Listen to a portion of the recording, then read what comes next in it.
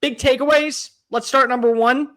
Clear as day, we know who right now is going to be the starting quarterback. Whether or not you believe that Keelan Russell is still a good player or that Austin Mack has more left in the tank and that you don't want to sell your stock yet, it's clear, because Ryan Grubb said so, Ty Simpson is your starting quarterback going into 2025. Yeah, I think most of us. I think that'd be the odds-on favorite by most people.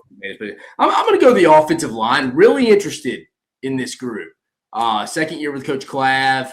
This has been a unit for the past probably since 2020. The last national championship team has kind of been a unit with a lot of question marks. Has had hype 2 years ago going into the season as being one of the best and didn't live up to that. Interesting year. It did look like the few clips you did get, and from talking to some people, Wilkin Formby, again, had a horrible game against South Florida Alabama fans, if you could remember. They had to bring our guy Pritchett off the bench, but is improved significantly. I think he's locked down that right tackle spot. You got Jaden Roberts back, Cam Dewberry transferred, then Caden Proctor and Parker Brelsford back at center. Really interested to see how our guy Olis Alon kind of transferred there. The German, it's kind of played at left guard. He's kind of your backup there. You got Gino Vandermark, probably any injury they have on the interior or at center, he's coming in. He's played a lot. He started some games. They got, I think, a little more depth than they had. They may not have that high-end talent. Still want to see it with Caden Proctor more consistently, but I think they got to be fired up about it. If you're a Bama fan, it's wild to say if you haven't watched him since the South Florida game where he really struggled. But Wilkin Formby has apparently kind of turned a corner this spring. That would be big if he can anchor down that right tackle spot opposite of our guy Caden Proctor at left tackle spot. So I kind of picked that up. I'm going to go with this secondary. I think of this secondary, the thing about it right now, maybe you don't feel like that there is a Malachi Moore in terms of leadership, but they're deep. This is a very deep secondary and a very deep pass unit that can allow yourself to feel confident that if somebody is not meeting the expectations, you don't have to send them out there for another go-around. What was one of the big things that really hurt Alabama at times last year? It was inconsistent secondary play. Look at the Georgia game in the second half. Look at the Vanderbilt game. Look at the Tennessee game. Look at what happened with the open field tackling whenever Jackson Arnold ran off and ran in the Oklahoma matchup. I feel really good about where this secondary stands. Doesn't mean that there's going to be a lot of players that are going to become All-Americans or All-SEC players, but I feel like that you see the names. You get a full year with Zabian Brown. You have a full offseason with Zabian Brown. You have Damani Jackson. You have Keon Sapp. You have Bray Hubbard. But you also have Xavier Mincy, Draker Patrick Jr. You also have Dijon Lee. You have Chuck McDonald. You have Red Morgan.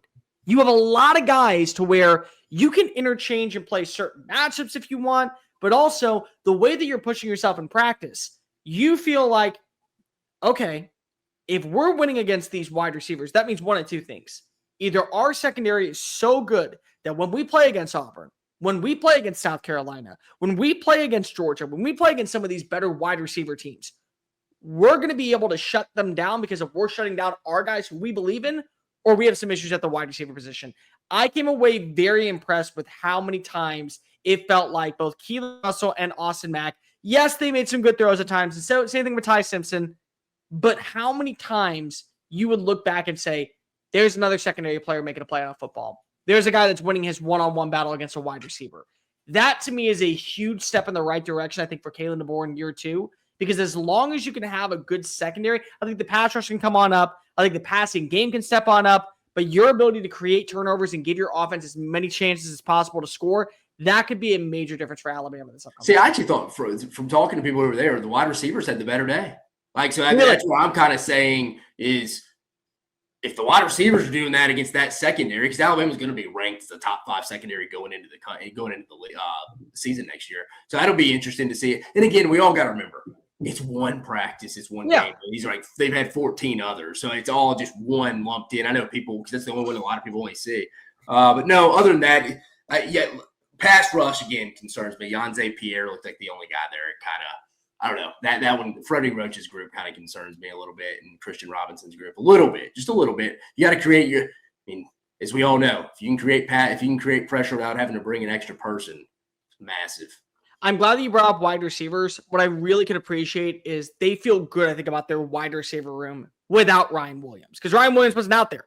No. And then you throw in Ryan Williams, and now it's like, oh, we could be dangerous this year. We could be very dangerous. And more importantly, we could feel like that the way that our offense looked at Washington, when we had guys like Roma Dunze, Jalen Polk, Jalen McMillan, we may have that trifecta once again. And this may just be the start. That's something that I think if you're an Alabama fan, I agree with you. You can take away our secondary is really good. They're winning their one-on-ones, but they're also getting cooked by some of these wide receivers. How good is our wide receiver room compared to what it was last year? How good compared to last? Yeah, I'm with you. I think it's deeper because you also I have think a lot deeper. Yeah, I mean, you also have the freshmen that stepped up a lot. Sierra Brooks has played well. Again, you always have these spring standouts, and there's always, I feel like it's every team. It's not just one team. There's always a spring standout, and it just doesn't translate into the fall. Sure. I hope that's not the case for him. But no, yeah, I mean, you got Cole Adams, who's a role guy back for you. Yeah, they're deeper this year. Me and you both agree. I think Jeremy Bernard was their most consistent from all 13 games last year.